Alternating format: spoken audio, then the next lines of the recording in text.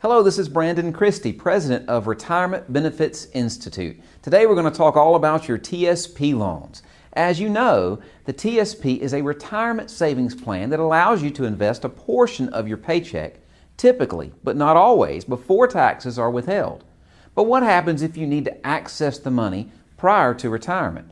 TSP savings have been used to make home repairs, purchase a more reliable means of transportation, or pay off student loan debt. No matter the reason, your TSP is there if you need it. However, you must follow TSP's rules. Throughout the years, Retirement Benefits Institute has received countless questions surrounding the TSP loans. To borrow from the TSP, the following stipulations must be met. Number one, the amount must be at least $1,000 of your own contributions. Agency contributions are not included. Number two, you must be currently employed as a federal civilian employee or member of the Uniformed Services. Number three, you have to be in pay status. Number four, you have not repaid any TSP loans in full within the past 60 days. You can't come back and do another one that quick. Number five, have not had a taxable distribution on a loan within the past 12 months unless the distribution resulted from your separation from federal employment. TSP loans may be taken even if a federal employee is not currently contributing to their 401k savings. There are two types of loans. Number one, the general purpose loans must be paid back within 5 years. Documentation showing the purpose of this loan is not required. And number two, residential loans must be paid back within a 15-year period. You must provide supporting documentation stating the costs that are associated with your purchase and or construction of your primary residence. For details, see the card in this presentation for that required documentation. Residential loans are used to purchase or to make changes to a primary residence.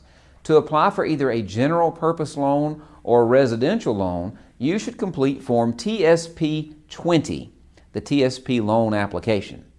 A federal employee may have only one general purpose loan and one residential loan at one time. Well, how are TSP loans borrowed? If you have funds in both the traditional and the Roth TSP, the loan is withdrawn proportionately from your traditional and Roth balances. If the TSP account is invested in multiple funds, the loan is taken proportionally from the employee contributions that are in each fund. Again, those funds are the GF, CS, I, and L funds, right? Well, how are TSP loans repaid? Payments, including interest, are deposited back into the traditional and Roth portions of the account in the same manner the loan was dispersed. Your TSP loan payments will be invested back into the TSP account according to your most recent contribution allocation. TSP withholds $50 from the proceeds to cover administrative costs. This amount is deducted proportionately from your traditional and your Roth account if you have both. If only one account is held, the $50 is deducted from that said account. The fee is deducted from the total loan amount. For example, if you request to borrow $1,000, TSP will deduct a $50 fee, and the amount that you must repay will be the $950 plus interest.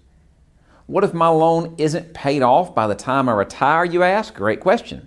Upon separation from your agency, the TSP loan can be paid in full within 90 days, and there will be no tax consequences. Again, no tax consequences within 90 days.